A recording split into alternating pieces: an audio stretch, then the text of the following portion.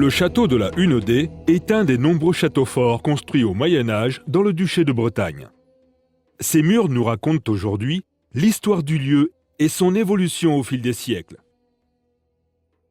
Ils témoignent aussi de la vie des Tournemine, seigneurs de la Hunaudet, qui ont aménagé ce château au gré de leur ascension sociale.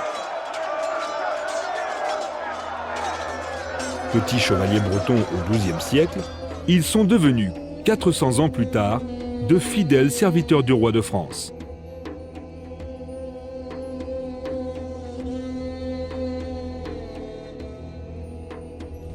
En 1793, la Révolution ravage ce château déjà sur le déclin, avant que ce dernier ne devienne un monument public protégé et restauré.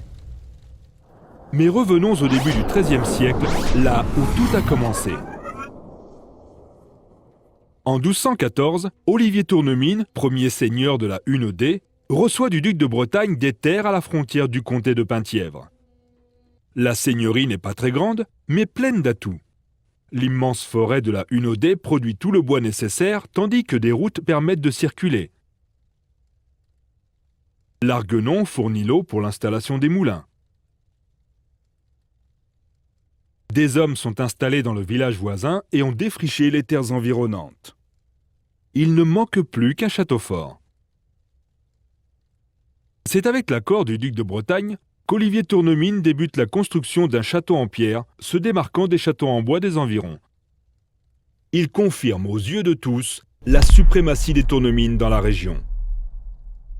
Les marécages et ruisseaux servent de défense naturelle. Le terrain plat permet de bâtir un château à la défense rationnelle. Les murs sont rectilignes, avec une tour à chaque angle. L'efficacité des archères s'en trouve renforcée. Ce gros chantier progresse lentement au fil des moyens humains et financiers disponibles. L'habitat se concentre dans les logis. La salle seigneuriale servant de salle d'apparat est au cœur de la vie du château. Alors que les Tournemine agrandissent déjà la Hunaudet, la guerre de succession de Bretagne vient contrarier leurs ambitions. En 1341, tandis que le royaume de France s'enfonce dans la guerre de 100 ans, le duché de Bretagne s'embrase à son tour. Cette guerre longue et fratricide va ravager la Bretagne pendant plus de 20 ans. À la fin de la guerre, les Tournemine font partie des vaincus. La Hunaudet est détruite.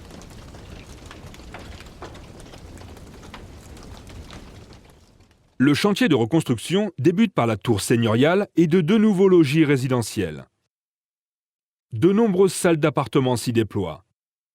La salle seigneuriale est rehaussée d'un étage. La tour de la Glacière vient achever la partie nord du château. Les archives encore conservées nous apprennent la présence d'une cuisine, d'une boulangerie et d'une annexe servant à habiller les viandes. Le chantier se termine par l'achèvement de la tour militaire. La partie sud est alors aménagée avec le pont-levis, encore visible aujourd'hui.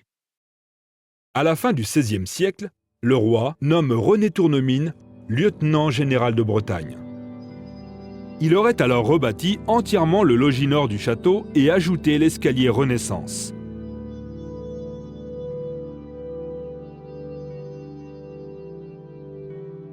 Quelques travaux viendront encore modifier l'aile sud avant que le château ne soit délaissé. La famille Tournemine finit par s'éteindre en 1609, faute de descendants.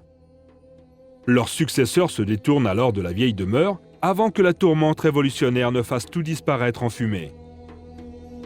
Il faudra attendre plus de 200 ans pour qu'une vaste campagne de réaménagement donne une nouvelle vie au château. Mais les murs de la Hunaudet cachent encore bien des secrets qu'historiens et archéologues s'attachent à découvrir jour après jour.